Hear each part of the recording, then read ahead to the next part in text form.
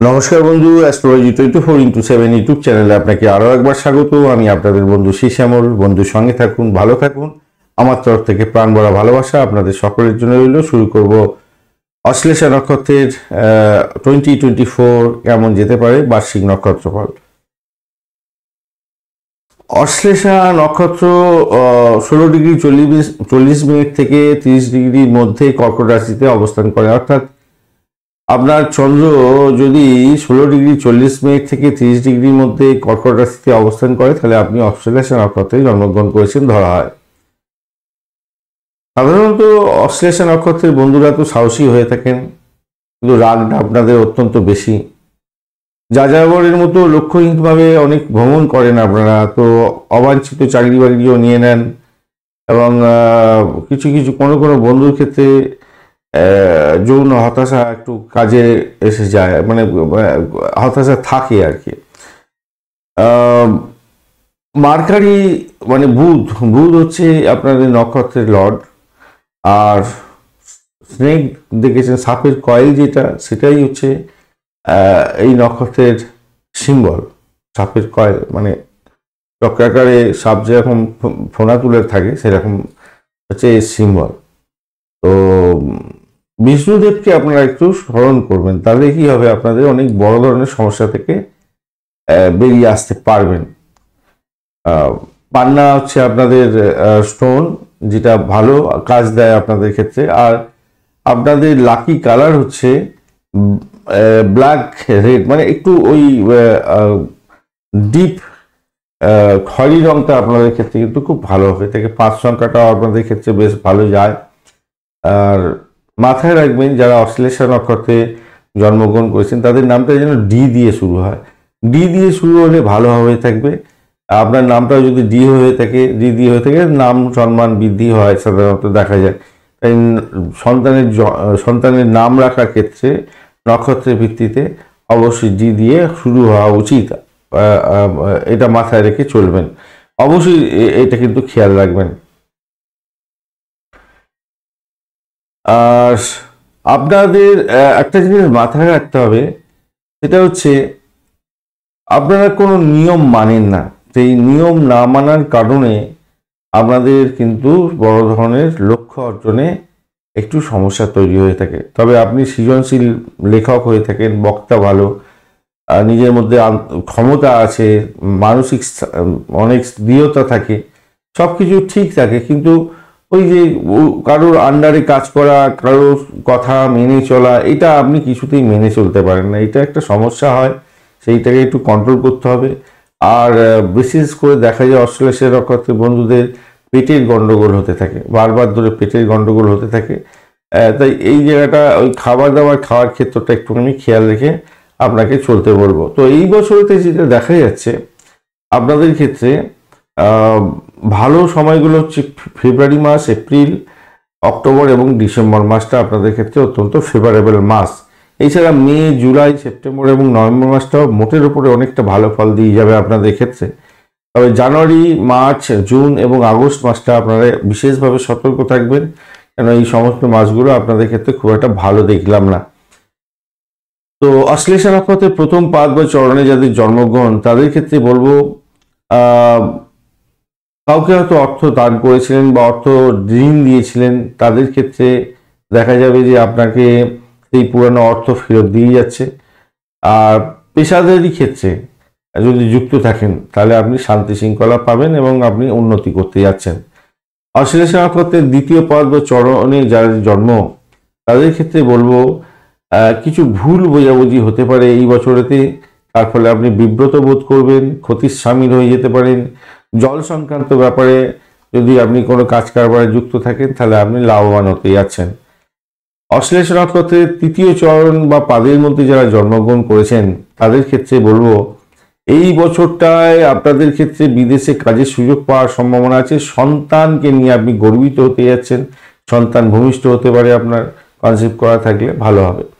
অশ্লেষা নক্ষত্রের চতুর্থ চরণে যাদের জন্ম, তাদের ক্ষেত্রে এই বছরে স্বাস্থ্য সমস্যার সম্মুখীন হওয়ার সম্ভাবনা থাকতে পারে। একটু খাওয়া দাওয়ার ক্ষেত্রে সতর্ক থাকবেন এবং যোগা প্রাণায়াম এগুলো করবেন।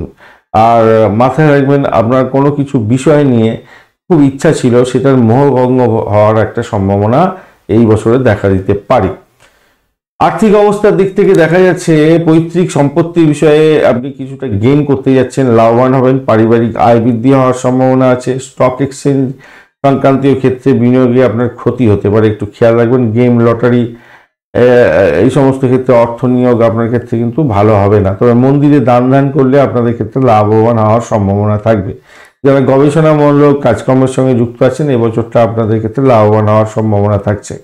বিশেষ করে যারা রপ্তানি আমদানি ব্যবসার মধ্যে যুক্ত আছেন, নতুন রপ্তানিটাই বিশেষ করে, তাদের ক্ষেত্রে নতুন উদ্যোগ দেখা দিতে পারে এবং আপনারা লাভবান হবেন বলে মনে করছি। পুরানো গাড়ি বিক্রি করতে পারেন এবং এবং আপনি পুরানো গাড়ি বিক্রি করে নতুন গাড়ি কিনতে যাচ্ছেন, এরকম একটা ব্যাপার স্যাপার হতে পারে। তার ফলে আপনার বিনিয়োগটা অনেকটা বাড়বে, এটা দেখা যাচ্ছে। আর কোনো লেখাপড়ার জন্য, হায়ার স্টাডিজের জন্য কিছু খরচা হয়তো এই বছরে হতে পারে। তো যদি দেখেন যে হ্যাঁ খুব ফুটফুট রেজাল্ট দিতে পারে, তাহলে আপনি এগোন, নাহলে আমি বলবো এখান থেকে একটু এগিয়ে গেলে আপনার ক্ষেত্রে ভালো হবে। চাকরি ব্যবসা পেশার ক্ষেত্রে দেখুন, ঊর্ধ্বতন কর্তৃপক্ষের সঙ্গে মতবিরোধ আপনার জন্য জন্মগত একটা ব্যাপার থাকে, তো সেখান থেকে আপনাকে বেরোতে হবে। কেন দেখুন, একটা চাকরি ছেড়ে আপনি অন্য একটা চাকরিতে জয়েন করবেন, আবার একটা চাকরিতে জয়েন করবেন, এরকম একটা ব্যাপার আপনার মধ্যে জীবনে চলতে থাকে। তার ফলে আপনি মনক্ষুণ্ণ হন, কিন্তু আপনার কি বিধাতা আপনার কপালে এটা লিখে রেখে দিয়েছে।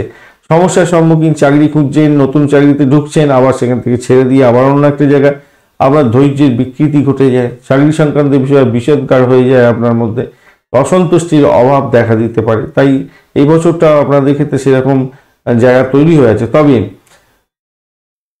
চাকরি ছেড়ে দিয়ে ভালো চাকরি যোগ দেওয়ার সম্ভাবনা কিন্তু একবারে যে নেই তা নয়, এবছরে অনেকটা ভালো দিকে যাবে বলে আশা করছি। তবে আপনাকে অধিক অ্যাডজাস্টমেন্ট করে চলতে হবে ভাই, এইটুখানি এটা মেনে না চললেই নয় আর কি। আর ব্যবসায়িক বন্ধু, তাদেরকে বলবো বছরের প্রথম দিকটা একটু সমস্যা আছে বটে, কিন্তু তারপরে আপনাদের ভালোর দিকে যাবে আশা করছি। আর যারা পেশাদারি কাজের সঙ্গে যুক্ত আছেন, তাদের ক্ষেত্রে বিদেশ যাওয়ার একটা সম্ভাবনা থাকবে। চাকরি বিদেশে করবেন, বা আপনি ফ্রিল্যান্সিং ধরনের কাজকর্ম করছেন, বা সেই সমস্ত কাজের জন্য আপনি বিদেশের সঙ্গে টাই আপ করছেন, সম্মানিত হতে যাচ্ছেন, ভালো হবে। ফ্রিল্যান্সিং কাজকর্ম বা একা কাজকর্ম করার ক্ষেত্রে ভালো হয় সাধারণত অশ্লেষা নক্ষত্রের বন্ধুদের ক্ষেত্রে, এবং ভালো ফল পাবেন এই বছরেতে।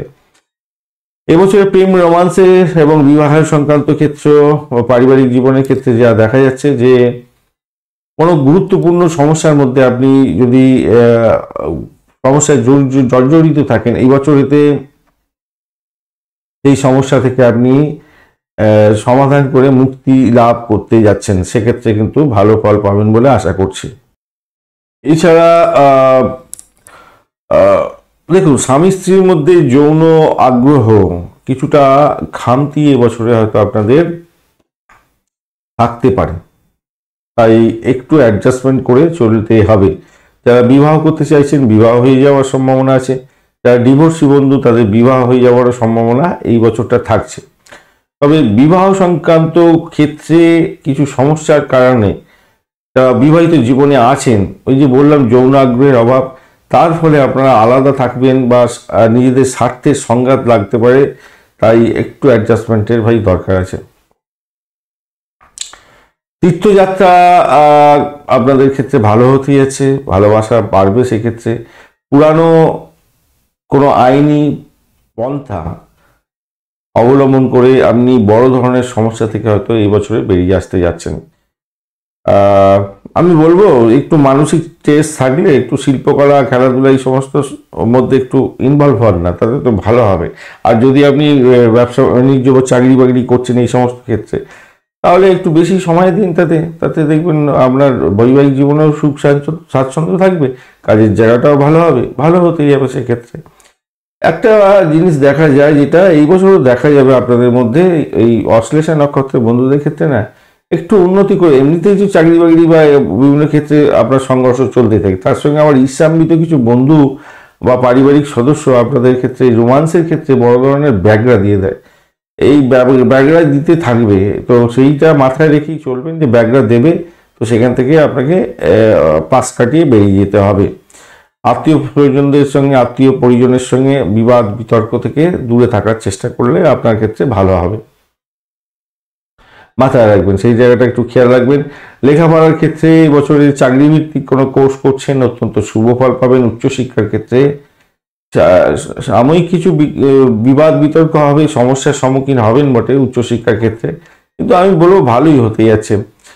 আর একটা জিনিস মাথায় রাখবেন, আপনি যদি স্টুডেন্ট হয়ে থাকেন, অভিভাবকের পছন্দ নয় যে আপনি যে সাবজেক্টটা নিয়ে পড়াশোনা করছেন, তো সেটা আপনাকে বোঝাতে হবে যে আপনি কোন জিনিসটা ভালোবাসছেন, কোনটা আপনার করতে ভালো লাগবে এবং আপনি কোথায় গিয়ে সাইন করতে যাচ্ছেন এবং ভবিষ্যৎ পরিকল্পনা কি, সেটা আপনার অভিভাবকদের সঙ্গে আলাপ আলোচনা করে নিন না, তাতে তো আপনার বেটার হবে না, মাথায় রাখবেন। কেন এটা একটা বিভ্রান্তিমূলক জায়গা তৈরি হবে, আপনি যেটা শিখতে চাইছিলেন সেই শিক্ষাটা হলো না, তার ফলে প্রবলেম হয়ে গেল, এরকম ব্যাপার স্যাপার দেখাতে আর সম্ভাবনা থাকবে। তো আমি কোন কোন ক্ষেত্রে শিক্ষা গ্রহণ করলে ভালো হতে পারে আমি আসবো, আলোচনায় করে দেবো আপনাদের জন্য। আচ্ছা, আপনাদের ভ্রমণ হতে পারে, বিদেশে ভ্রমণ হতে পারে বা কোনো ভ্রমণ হতে পারে শিক্ষা সংক্রান্ত ক্ষেত্রে, সেক্ষেত্রে আপনি লাভবান হতে যাচ্ছেন, বা বিদেশ যাত্রা করতে চাইছেন, সেক্ষেত্রে অগ্রগতি হতে যাচ্ছে, বছরে ভালো হবে। বন্ধুত্ব গড়ে তোলার জন্য একটা শিক্ষা যেটা দরকার, সেটা কিন্তু আপনাকে গ্রহণ করতে হবে, সকলের সঙ্গে মিলমিশটা বজায় রাখতে হবে, মাথায় রাখবেন, তাহলেই মঙ্গলজনক হবে। দেখা যায় যে অশ্লেষা নক্ষত্রের বন্ধু যারা আছেন তাদেরকে বলে দিই, যদি আপনার শিক্ষাটা এই দিকে থাকে তাহলে আপনারা বিশেষভাবে শুভ ফল পাবেন। যদি আপনি রাইটার হতে চান বা টিচিং করতে চান বা লয়ার হতে চান, এই ধরনের পড়াশোনা করছেন, বা সাইকোলজি বা ফিজিক্স, মেটাফিজিক্স এই সমস্ত ক্ষেত্র, বা কেমিক্যাল সংক্রান্ত ক্ষেত্র, জিওলজিস্ট হতে চাইছেন, বা আপনি স্টক মার্কেট সংক্রান্ত পড়াশোনা করতে চাইছেন, সেক্ষেত্রে ভালো হবে। বিজনেস ম্যানেজমেন্টে আপনি শিখতে চাইছেন, ভালো হবে। ড্রাগ সংক্রান্ত ক্ষেত্র বা ওই অ্যালকোহল সংক্রান্ত ক্ষেত্র, কেমিস্ট সংক্রান্ত ক্ষেত্র, এইগুলোতে ভালো হবে আর কি আপনার ক্ষেত্রে। বা যারা সেক্স থেরাপিস্ট বা ডাক্তার যারা আছেন তাদের ক্ষেত্রে, বা ড্রাগ কাউন্সিলার যারা আছেন তাদের ক্ষেত্রে কিন্তু অত্যন্ত ভালো হয়ে থাকে। তো এই সমস্ত ক্ষেত্রে আপনারা যেতে পারেন, লিগাল ক্ষেত্রগুলো তো ভালোই হবে আপনাদের ক্ষেত্রে, লয়ের ব্যাপারগুলো যেতে পারেন। এছাড়া যেটা হয় যে এটা হচ্ছে যোগা, হিপনোটিজম নিয়ে কাজকর্ম করা, এইগুলোর ক্ষেত্রে কিন্তু ভালো হবে। সাইকিক পেশেন্ট নিয়ে কাজকর্ম করা আপনাদের ক্ষেত্রে কিন্তু অত্যন্ত শুভ ফল দিয়ে যায়। তো এই সমস্ত বিষয়ে যদি আপনারা লেখাপড়া করেন, আপনাদের ক্ষেত্রে লাভবান হওয়ার সম্ভাবনা থাকবে। এই বছরের স্বাস্থ্য সংক্রান্ত ব্যাপারে যা দেখা যাচ্ছে, দেখুন, পিকনিক করতে যাচ্ছেন, মজা করছেন, অনেক লোকজনের সঙ্গে হই হুল্লোড় করছেন, বন্ধু বান্ধবদের সঙ্গে হই হুল্লোড় করছেন, কিন্তু গাড়ি চালানোর ক্ষেত্রে ভীষণ সতর্কতার দরকার আছে। কেন র্যাশ ড্রাইভিং করতে যাবেন না, চোট আঘাত লাগার ভীষণ প্রবলেম আছে এই বছরেতে, মাথায় রাখবেন। অসতর্কতার কারণে আপনার কেটে যাওয়া, পুড়ে যাওয়া, ইলেকট্রিসিটি, আগুন, এই সমস্ত ক্ষেত্র থেকে দূরে থাকবেন। আর খাদ্য বিষক্রিয়া হওয়ার সম্ভাবনা প্রবল থেকে প্রবলতর থাকছে এই বছরেতে, সতর্কতার দরকার। চোখ, কান, নাক, গলা ইত্যাদি এই সমস্ত ক্ষেত্রে মানে ইএনটির কোনো প্রবলেম থাকলে ডাক্তারের সান্নিধ্য গ্রহণ করুন, নাহলে বিপত্তি আছে। জীবনসঙ্গীর স্বাস্থ্য সমস্যা হওয়ার সম্ভাবনা দেখা দিতে পারে, তাই ভীষণভাবে সতর্কতার দরকার আছে। ধন্যবাদ বন্ধু ভিডিওটি দেখার জন্য। ভিডিওটি যদি আপনাদের কাজে লেগে থাকে তাহলে লাইক, শেয়ার, কমেন্ট করতে ভুলবেন না।